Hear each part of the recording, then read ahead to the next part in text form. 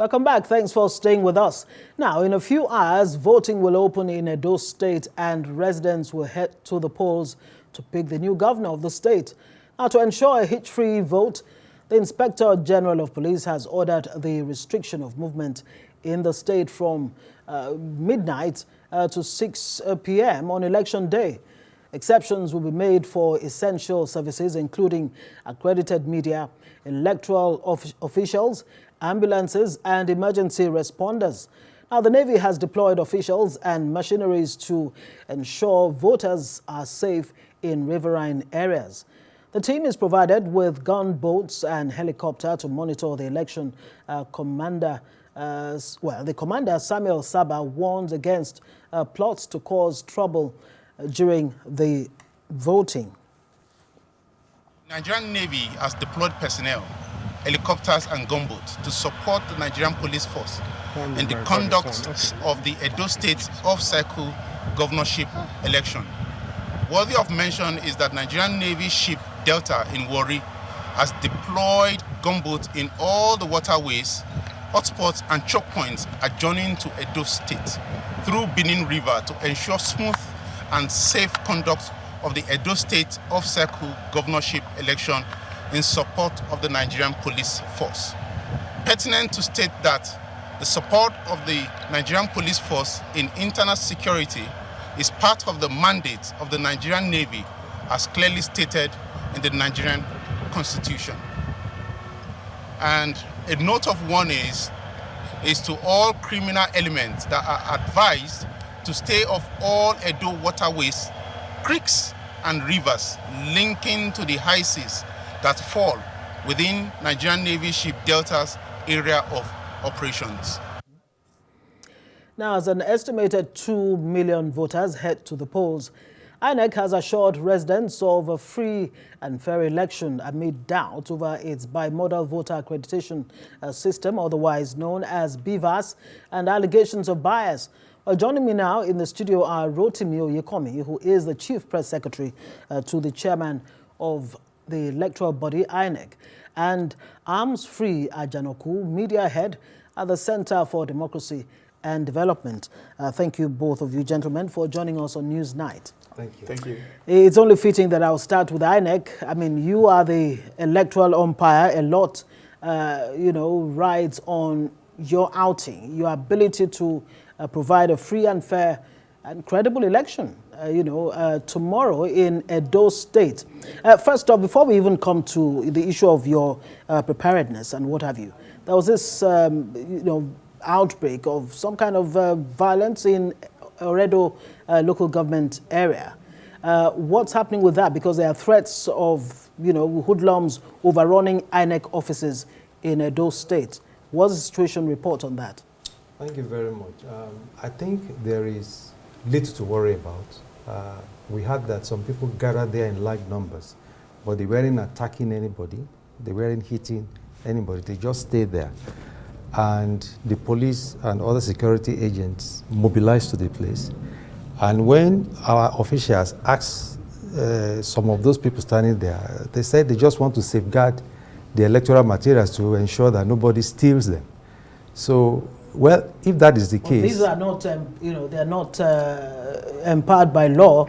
They are not empowered by law. Yes. So what's their business we are a bit uncomfortable with that. Right. But of course, the security agents are on alert and they are looking at what is going on there. So we feel safe, but we are worried. Actually. Were they arrested at all? No, they were not, because they were not attacking anybody. They were just sitting down there or standing, and people didn't see them with any weapons. So we're just wondering what the motive is, and some of them down said they want to ensure, we don't know.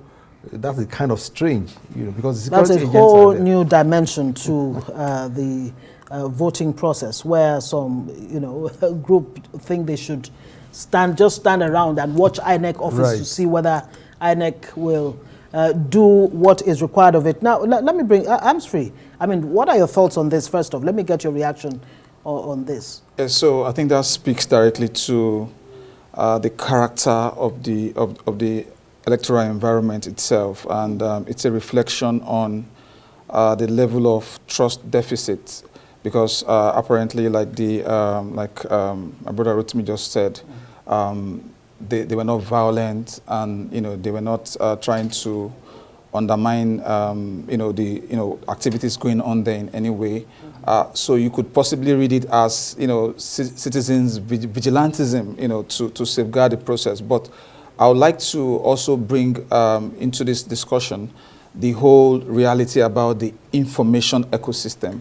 And so people will not just take that kind of action if there's no information or some narrative that is spreading around possibly what any of the political or the partisan camp is planning to do. And we have seen in Edo State that there's a lot of narrative going on, a lot of claims and counterclaims, a lot of disinformation in the process.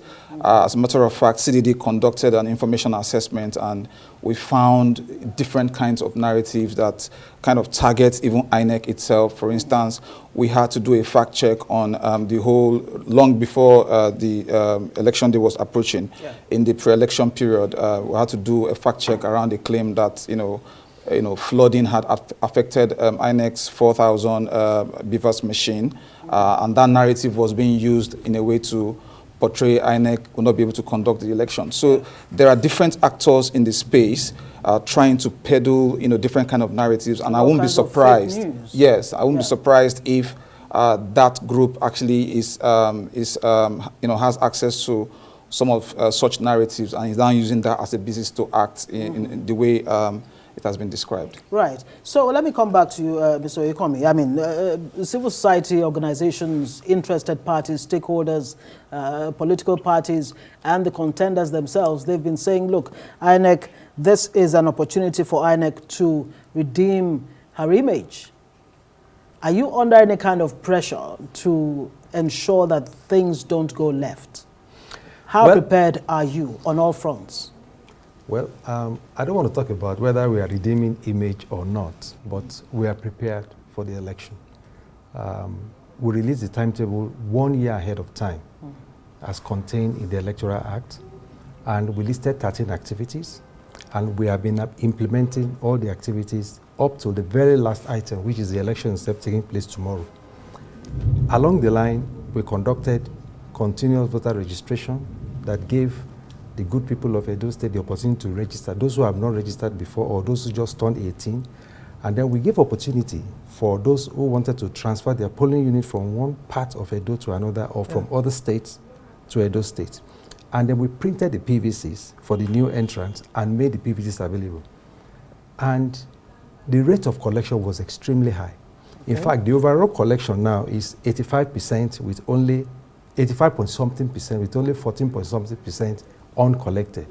And for us, the enthusiasm displayed by the people of Edo State in collecting their PVC convinced us that they have confidence in the process. And we hear about 80% of that number actually is made up of the youth between 18 and 35. Now, that's quite telling. We will deploy beavers. Right. And beavers will do two critical things. The first thing is to accredit. When you go to the polling units, you go with your PVC, the beavers will authenticate that PVC, and then you as the voter will have to go through the protocol of accreditation. Your fingerprint, if that fails, the facials. And then after the voting process, after the sorting of the ballot and the counting of the votes, the results will be entered on the form EC80, which is the polling unit result sheet. And then the beavers will be used to snap a picture of that and then upload it to the INEC result viewing portal. Now, we need to talk about IREV. IREV is not an electronic collation device. It's just like a signboard. You know, the picture that is going to be taken at the polling unit will be given to, copies will be given to the agents of political parties that have already been accredited. So they have a copy. So they can take the copies back to their respective situation rooms to collate and then wait. So that opportunity is given to them. Of course, the way election results are collected in Nigeria are stated in the Constitution and Electoral Act. For the governorship election, from polling unit, you go to the ward, you collect the local government, and then make a declaration at the State Collation Center, And all nothing has changed about the process. Nothing has changed this time around. So but very quickly, just to reassure Edo-lites that there's nothing wrong with the beavers. There was no flooding that affected the beavers machines. You need to stress that point. We had flooding, which affected some of our equipment. But thankfully for us, the beavers were not affected. Okay. And for other things that were affected, because it's an off-season governorship election, we were able to mobilize from nearby states to replace those things. Were those sensitive materials or? No, not sensitive materials. Sensitive materials were brought to the central bank only a few days ago and has been, dispatched to local government, and they are now being dispatched to the various wards and rack centers for tomorrow's election. Okay, let's very quickly bring in Oyekanmi George, who is on ground, our correspondent, to give us a situation report of what the preparations are looking like. What's the mood in Edo State as there's 2.2 million of them prepare to go to the polls tomorrow. Oyekanmi, good to see you. Thank you, Ngozi. Good evening. Well,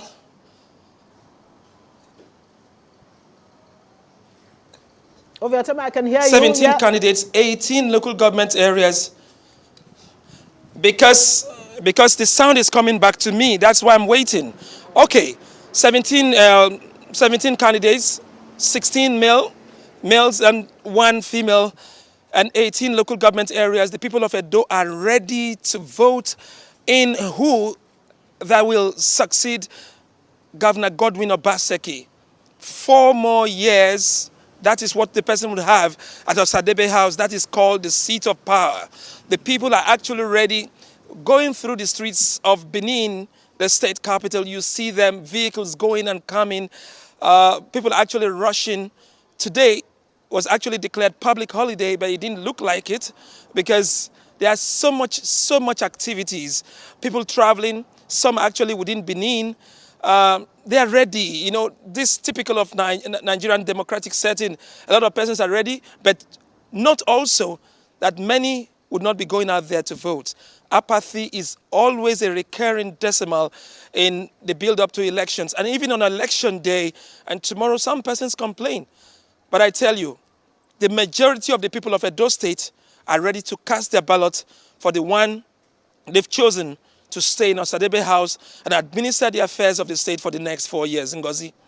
Oyekanmi, just one more question. I mean, have you been able to interact with people in Edo State, especially those preparing to go vote? What are they telling you in terms of, you do say that they are ready, not necessarily who they're going to be voting for, but how much voter education really has gone ahead? And also on the part of the politicians, how much of policy debate has gone on in a way that will advise how they vote tomorrow? I would say that the various political parties, the PDP, the APC, Labour Party, and the other parties who are also, in a way, pretenders to the throne, wouldn't like to be called mushroom political parties, but you don't even find their secretariats in the state capital, Benin. But I tell you, having interacted with them, they want to see somebody who has empathy, somebody who has developmental ideas to improve on their welfare. They want to see somebody that connects with them, not just in the city, Benin, but in the far-flung communities and hinterlands of Edo State. Somebody who is coming prepared to change the narrative. Over the years, people have come and gone, they've done their own part, but you see, there's always room for more. There's always room for improvement. They want to see integrity. I mentioned the word earlier, empathy, because the times are really hard. The harsh economic realities in Nigeria are biting, actually. So they want to see somebody that would be able to work towards putting food on their table. Right. I had some interaction with the market women out there. You see then that they are determined to vote. But the question is, how many of them do have their permanent voter cards? When you have about 14% not going to collect their permanent voter cards. So they have intentionally disenfranchised themselves.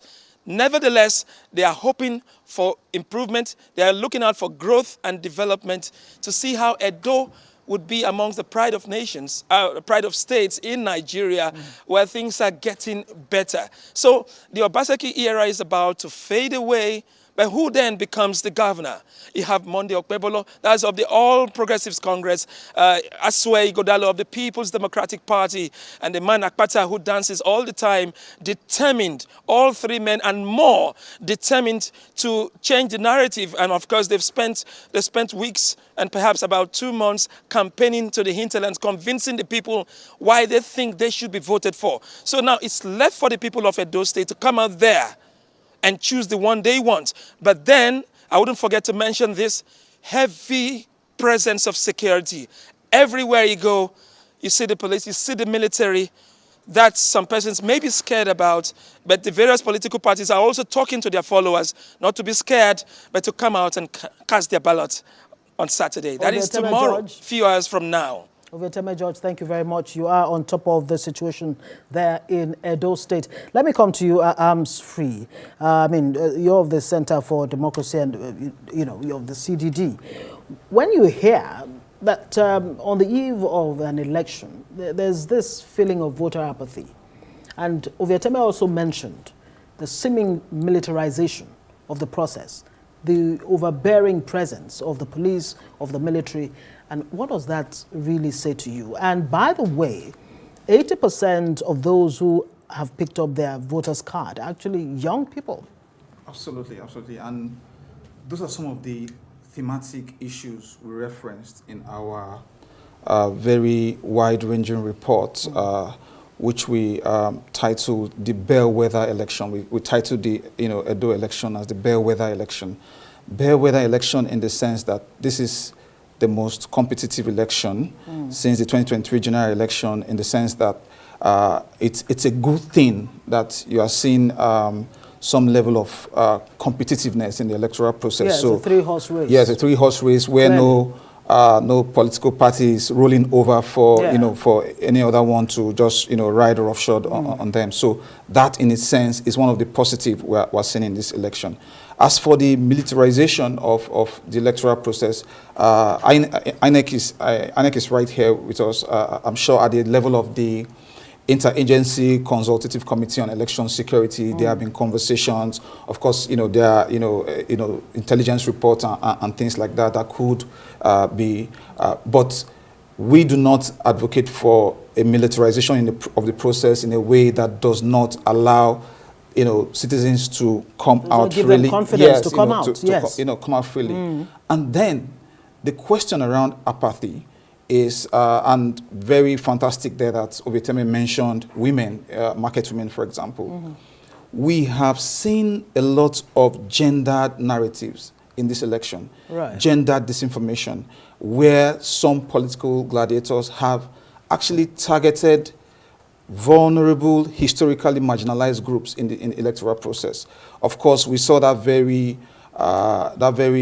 controversial exchange between former Governor Adams Oshomole, now Senator, and the First Lady of Edo State, which sparked a lot of moral outrage. Absolutely. Already, you have very low participation of women as candidates in the election. Just one woman. In the election, in the race, in the race. Out of 17 candidates, and now you also have a situation in which a woman in power, so to speak, is being attacked publicly. So those kinds of things communicate that perception that women are not wanted in the race or in the political process, which is why we have recommended that for such gendered narratives that would drive voter apathy, there is a need for more voter education. We must target... Right. And isn't that where INEC comes in? I mean, voter education is part of your brief at INEC. Is it an indictment on INEC that maybe you're not doing enough in terms of voter education and maybe messaging, correctly to give the people confidence that they can come out in spite of, one, the fact that, there's forces all around, police, military and what have you. And of course, there's fake news. A lot of it is going on. That's right. Yeah, very quickly. We try our best, but as far as we are concerned, we can never do enough in voter education. That's why we we will continue to thank organizations like CDD, because without civil society helping us, there are places we can't even get to. That's the truth of the matter, because INEC is an organization with about 16,000 staff, Right. you know, overall. And if we don't get cooperation of civil society like CDD and others, some of these things cannot get, and then the budget too is constrained. How much advertorial materials can we push out that we have to pay for? I mean, if we need 10 minutes airtime on Arise, I don't know now that Naira has fallen, I don't know how much we're going to be charged. So we look for help and we get help. Did you approach Arise for maybe some partnership I'm or something? approaching you now. Might be too late in the day. Unfortunately, we have to leave it there, but it must be stated that Yaga has, you know, raised concerns about 8 local government areas that are hot spots, and I hope INEC is looking at that, you know, to make sure that things don't get out of hand in those places. Right, of course, we are. Right, fantastic. That's good to know. Rotimi Oyekanmi, Chief Press Secretary to INEC Chairman, thank you very much for joining us. And Arms-Free Ajanoku, Media Head, Center for Democracy and Development. Thank you so much for joining us.